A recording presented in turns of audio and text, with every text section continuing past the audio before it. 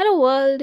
In today's video, we shall configure an RN4020 Bluetooth Low Energy module using an FTDI chip. And this is part 1 of a 2-part series. In the next part, we'll understand how we can connect an RN4020 Bluetooth Low Energy module to an MSP430 microcontroller using UART. And then we'll also send across some data using Bluetooth Low Energy connection via an Android application to this RN4020 and MSP430 combination. So first of all, let us understand the connections that are required between our FTDI chip and RN4020 so that we can configure it in the first place. First of all, take a breadboard and mount your RN4020 on it, then connect 3.3 volts from FTDI to your VCC and wake pin of RN4020. Then connect both the grounds of your RN4020 to the FTDI ground. Then connect the TX pin to RX pin of FTDI and vice versa, that is RX to TX. And finally connect FTDI chip to your computer using USB cable.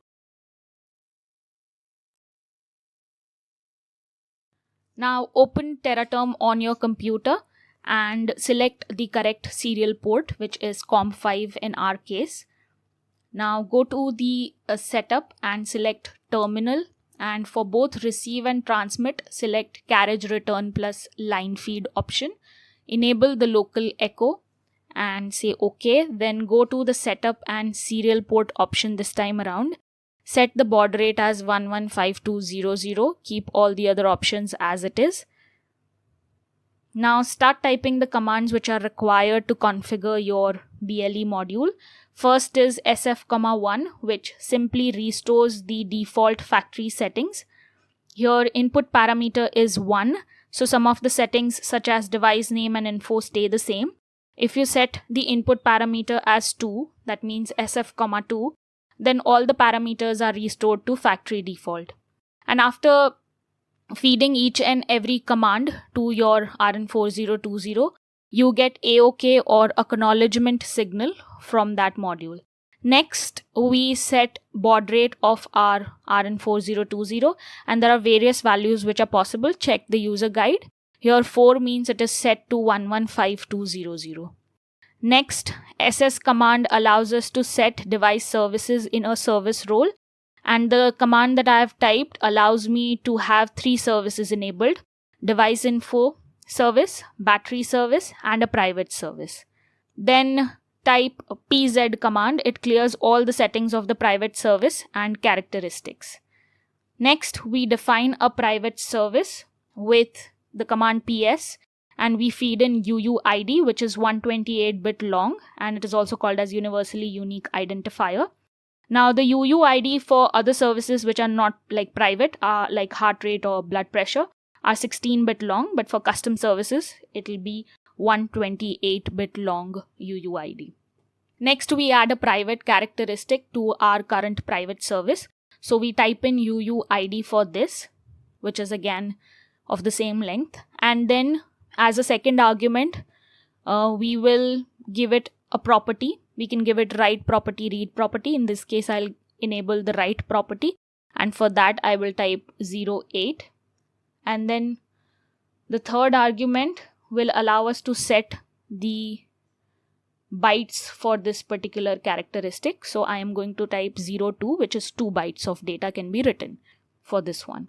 Next, we will use the command SR, and there are various options that are possible with this command. Again, check the user guide for more details. Here, the option that I'm setting will cause the device to start advertising, and this will happen after a reboot. So here RN4020 is used as a peripheral device like a beacon. Next, but obviously we need to reboot it so that it will start advertising. So that is what we do by typing R,1 command. Next, we type ls to check the list of services on our server, that is RN4020. As you can see, first is a device info service with 180 AUUID, and then it has like its own characteristics. Next is battery service with 2 of its characteristics. And finally, we have our private service and its characteristic. Now, the characteristic also has a handle associated to it, which is 001C for our case. So you can access this characteristic using either its UUID or handle value. Now, while creating this video, there was an underlying assumption that you understand BLE terminology properly. If you don't, then it's alright. I'll soon come up with another video wherein I'll explain all of these things in a little bit more detail. And this is it for today. Next part will be released on next Saturday. So to stay updated, subscribe to the channel. And as always, like the video, share the video, and I'll see you next time. Bye world.